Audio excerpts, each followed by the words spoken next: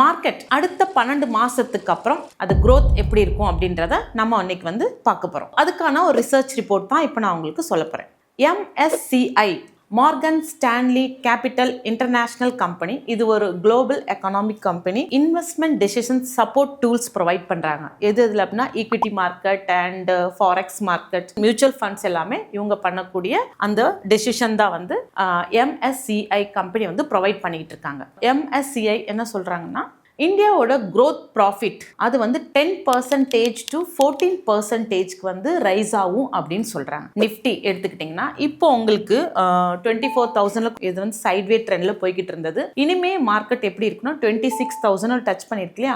So இன்னும் ஒரு 12 மந்த்ஸ்க்கு அப்புறம் 28,000 கிட்ட இட் மே டச். 2030 பார்த்தீங்கன்னா it may touch around 29 to 30,000 Nifty வரலாம் அப்படின்றது ப்ரெடிக்ஷன்ஸ் இருக்கு.